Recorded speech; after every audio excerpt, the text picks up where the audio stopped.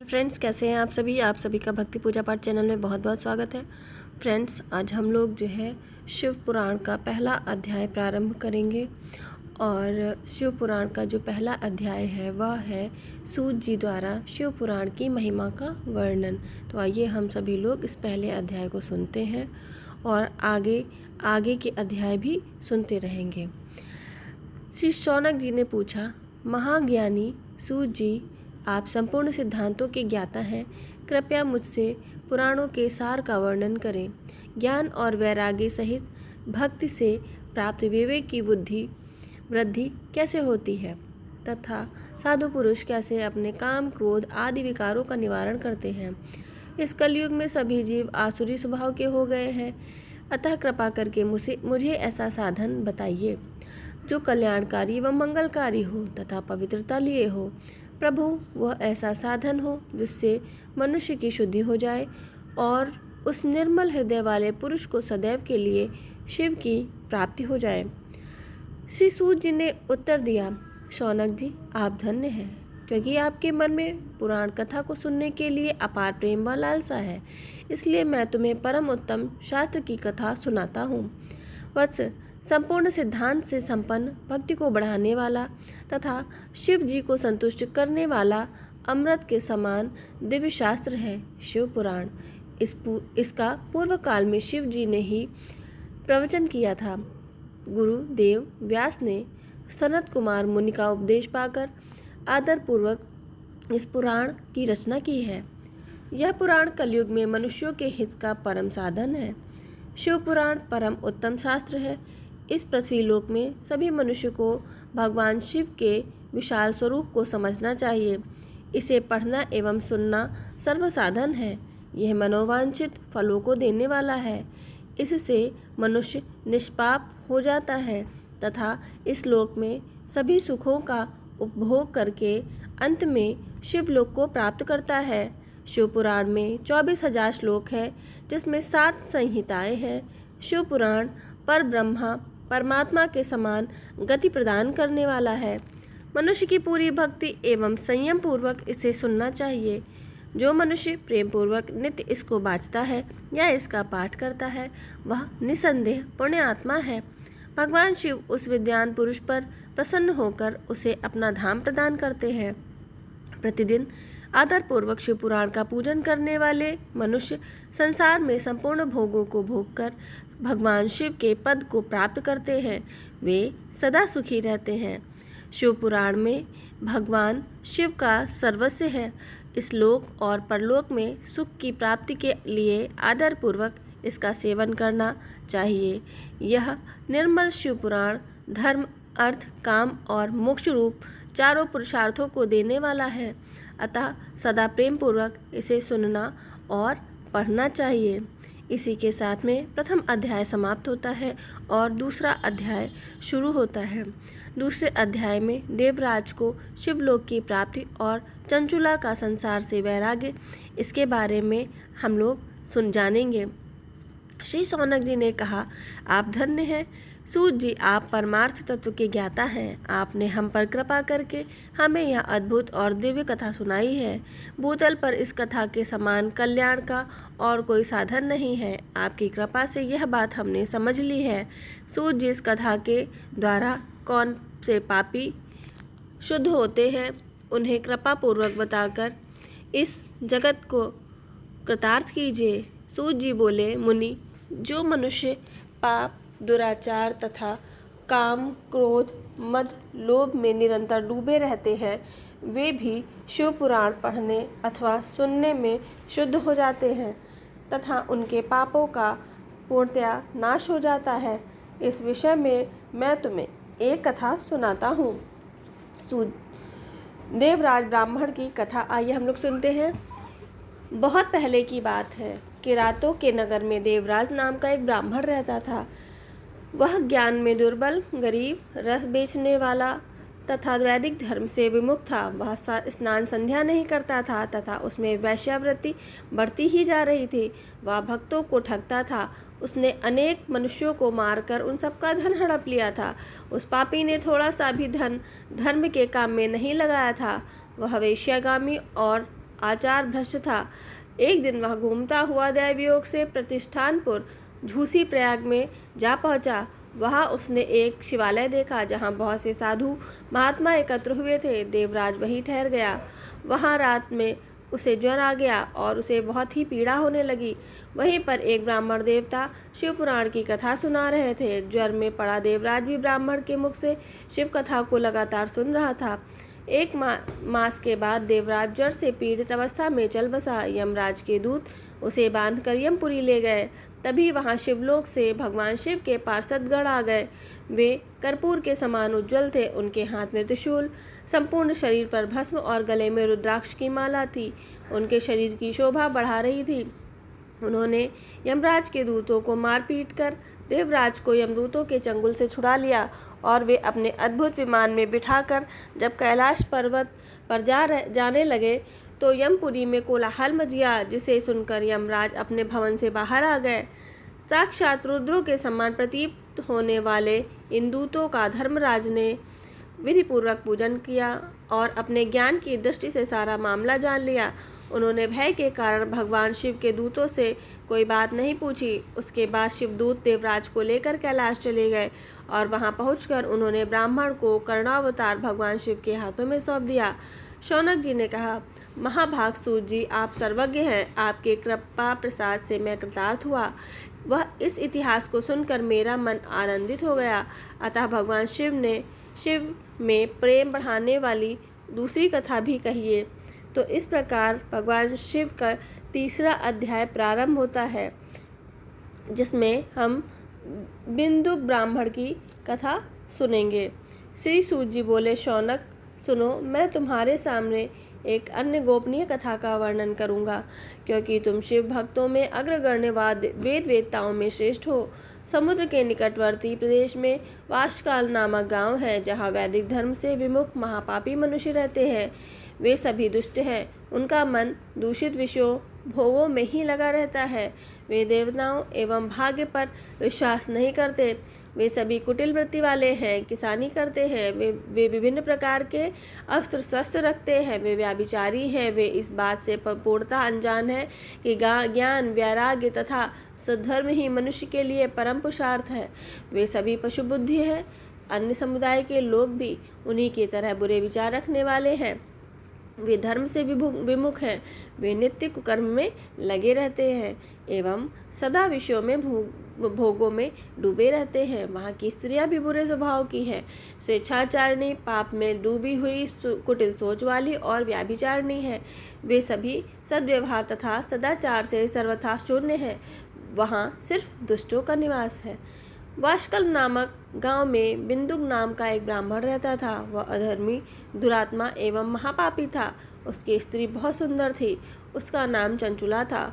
वह सदा उत्तम धर्म का पालन करती थी, परंतु बिंदुक वेश्यागामी था। इस तरह कुकर्म करते हुए वह बहुत समय व्यतीत हो गया।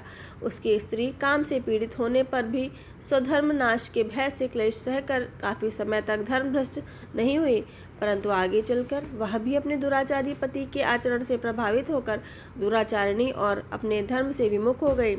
इस तरह दुराचार में डूबे हुए उन पति पत्नी का बहुत सा समय व्यर्थ बीत गया। वेश्यागामी, दूषित बुद्धि वाला वह दुष्ट ब्राह्मण बिंदुक समयानुसार मृत्यु को प्राप्त हो नरक में चला गया। बहुत दिनों तक नरक के दुखों को भोग कर वह मूढ़ बुद्धि पापी विंध्य पर्वत पर भयंकर पिशाच हुआ। इधर उस दुराचारी बिंदुक के मर जाने पर वह चंचुला नामक स्त्री बहुत समय तक पुत्रों के साथ अपने घर में रहती थी। पति की मृत्यु के बाद वह भी अपने धर्म से गिरकर पर पुरुष का संग करती थी। सतियां विपत्ति में वे भी अपने धर्म का पालन करना नहीं छोड़ती हैं। यही तो तप है। तप कठिन तो होता है, लेकिन इसका फल मीठा होता है। विषयी इस सत्य को नहीं जानता, इसलिए वह विषयों के विषफल का स्वाद लेते हुए भोग करता है। एक दिन दैवयोग से किसी पुण्य के पर्व के आने पर वह अपने भाई बंधुओं के साथ गोकर्ण क्षेत्र में गई। उसने तीर्थ के जल में स्नान किया और बंधुजनों के साथ यत्र तत्र घूमने लगी। घूमते घूमते वह एक देव मंदिर में गई।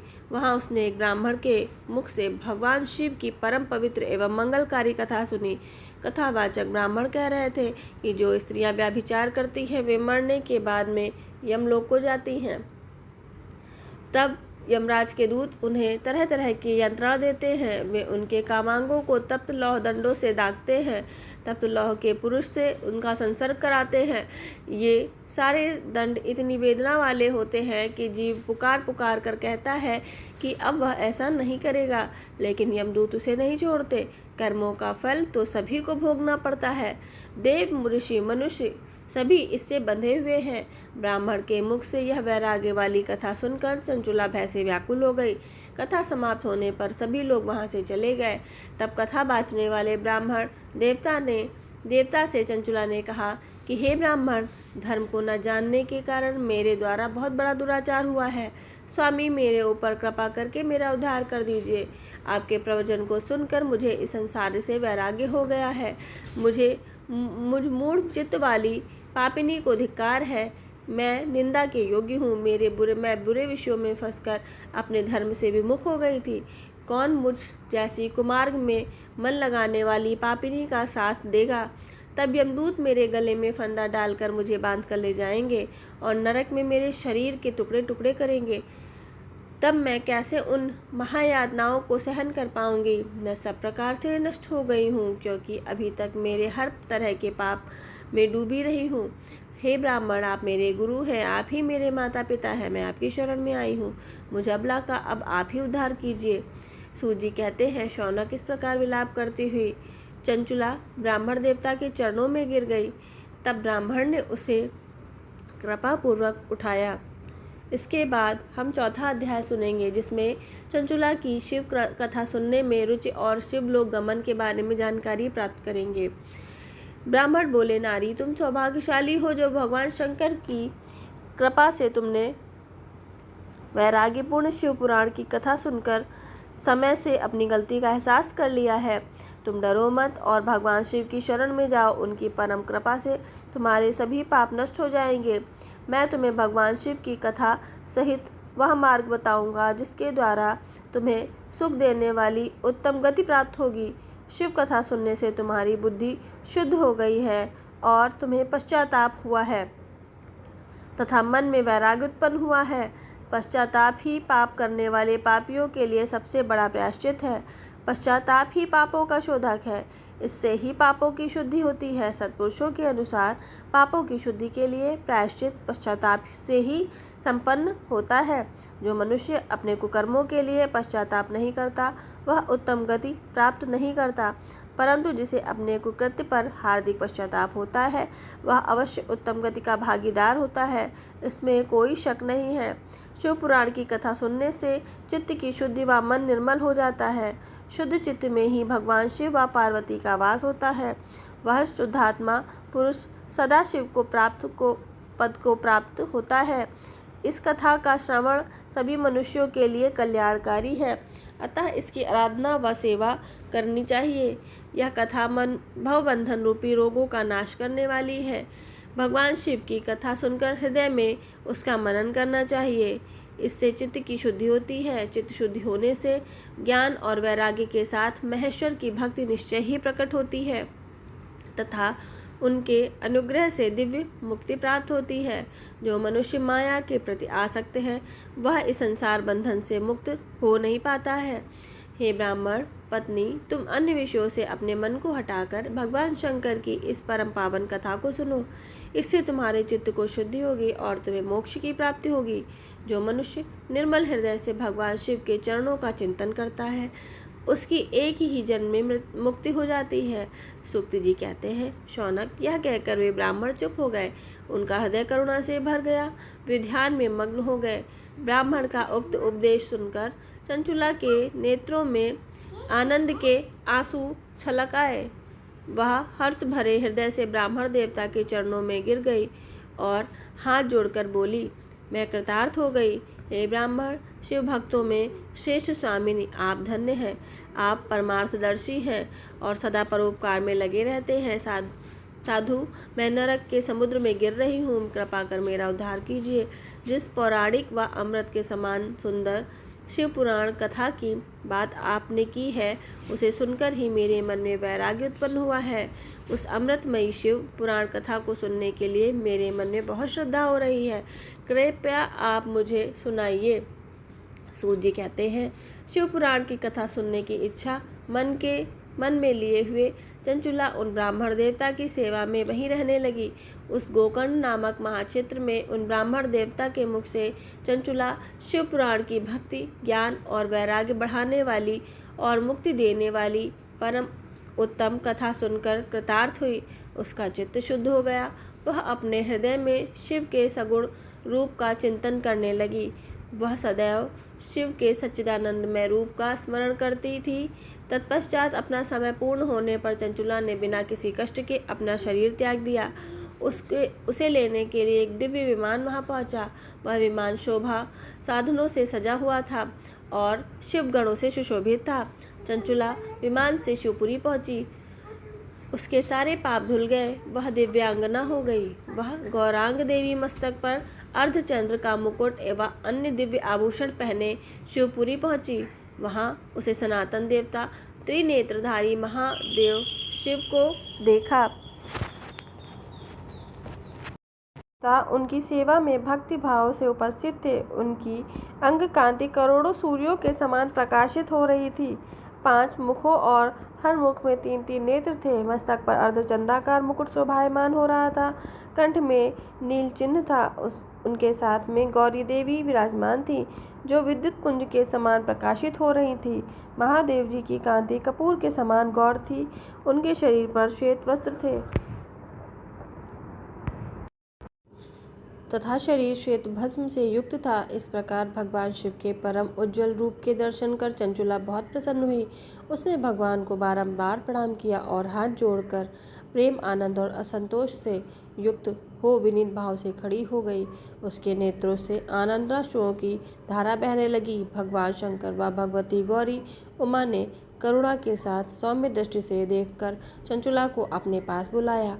गौरी उमा ने उसे प्रेम पूर्वक अपनी सखी बना लिया। चंचुला सुखपूर्वक भगवान शिव के धाम में उमा देवी की सखी के रूप में निवास करने लगी। इसी के साथ चौथा अध्याय समाप्त होता है। अगले वीडियो में हम लोग आगे के अध्यायों को पढ़ेंगे और उनके बारे में जानेंगे। धन्यवाद।